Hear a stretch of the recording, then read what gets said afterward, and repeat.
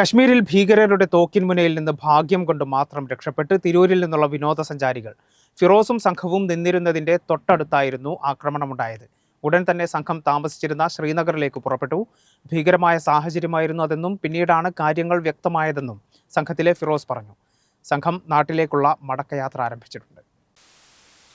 ആരുവലി കണ്ട ശേഷം തിരിച്ച പഹൽഗാമിലെ പാർക്കിങ്ങിലെത്തി. അവിടെ നിന്ന് ബൈസരം താഴ്വരയിലേക്ക് 2 കിലോമീറ്ററിലേറെ ദൂരമുണ്ട്. കുതിരപ്പുറത്തേറി പോകാനുള്ള തയ്യാറെടുപ്പിലായിരുന്നു.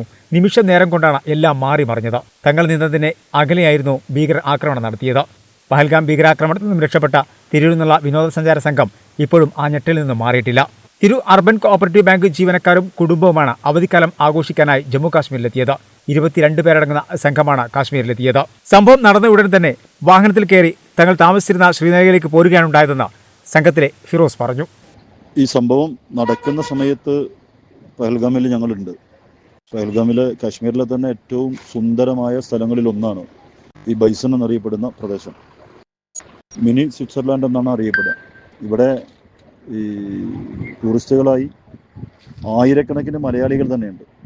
അപ്പോൾ അവിടെ എത്തിക്കഴിഞ്ഞാൽ പിന്നെ ഈ നമ്മൾ പോകുന്ന വാഹനം അവിടെ പാർക്ക് ചെയ്ത് അവിടുത്തെ ടാക്സി ഉപയോഗപ്പെടുത്തണം. അല്ലെങ്കിൽ ഈ കുതിര സവാരി ഉൾപ്പെടെ ഉപയോഗപ്പെടുത്തിയാലേ നമുക്കവിടെ യാത്ര ചെയ്യാൻ കഴിയുള്ളൂ.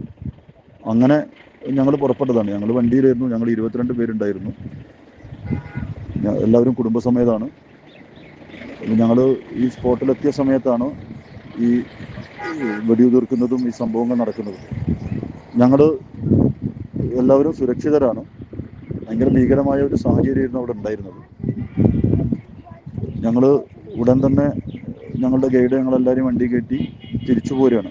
ആ സമയത്ത് ഞങ്ങൾ അറിയുന്നത് ഒരു 6-7 പേർക്ക് പരിക്ക് പറ്റിയിട്ടുണ്ടെന്നുള്ളതാണ്. അവിടുന്ന് കുറച്ച് കഴിഞ്ഞ് ഏതാണ്ടൊരു 3/4 മണിക്കൂറെങ്കിലും കഴിഞ്ഞിട്ടാവും നമ്മൾ മലയാള മാധ്യമങ്ങളിലേക്ക് ഈ വാർത്താ ചാനലുകളിലൊക്കെ ഈ വാർത്ത വരാൻ തുടങ്ങിയത്.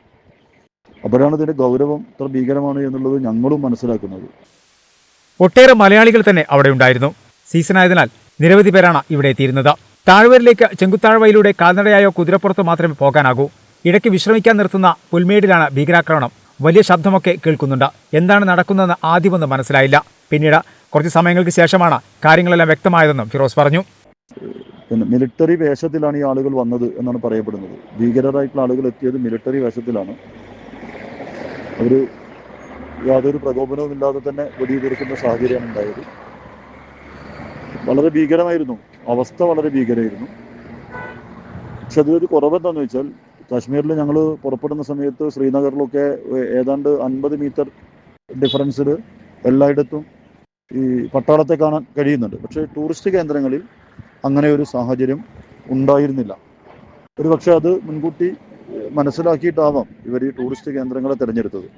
ഇവിടെ എല്ലാ ആളുകൾ പറയുന്നത് എന്താണെന്ന് വെച്ചാൽ കാശ്മീർ പൊതുവേ നല്ല സമാധാനപരമായ സാഹചര്യത്തിലൂടെയാണ് ഇപ്പോൾ പോകുന്നത്. ടൂറിസം വളരെയധികം ഡെവലപ്പ് ചെയ്ത ഒരു മേഖലയാണ്. മനോഹരമായ കാഴ്ചകളുള്ള സ്ഥലമാണ്. അപ്പോൾ ഈ സമാധാനപരമായ ഒരു അന്തരീക്ഷം നിലനിൽക്കുന്നത് കൊണ്ട് ആണ് മലയാളികൾ ഉൾപ്പെടെയുള്ള ആളുകൾ 10,000-കണക്കിന് ആളുകൾ ടൂറിസ്റ്റുകളായി ഇവിടെ എത്തിച്ചേർന്നിട്ടുണ്ട്. അതിൽ നല്ലൊരു ഭാഗവും ഈ പഹൽഗാം ഇവിടെ വരുന്ന ആളുകൾ മുഴുവൻ ഈ പ്രദേശം സന്ദർശിക്കാതെ പോകില്ല. അത്രയും മനോഹരമായൊരു പ്രദേശമാണ്. ഈ സംഭവം നടന്ന ഉടനെ പിന്നെ ആകെ അലേർട്ടായി. മൊത്തത്തിൽ മിലിറ്ററി സംവിധാനങ്ങൾ കാശ്മീരിനെ ആകെ വലയം ചെയ്തു എന്ന് തന്നെ പറയാം. അത്തരമൊരു സാഹചര്യമാണ് ഇപ്പോൾ ഉള്ളത്. പോകുന്ന വഴിയിലൊക്കെ പട്ടാളത്തിൻ്റെ പരിശോധനയും കാര്യങ്ങളൊക്കെ ഉണ്ട്. വളരെ സോഫ്റ്റായിട്ടാണ് അവർ ഇടപെടുന്നതൊക്കെ.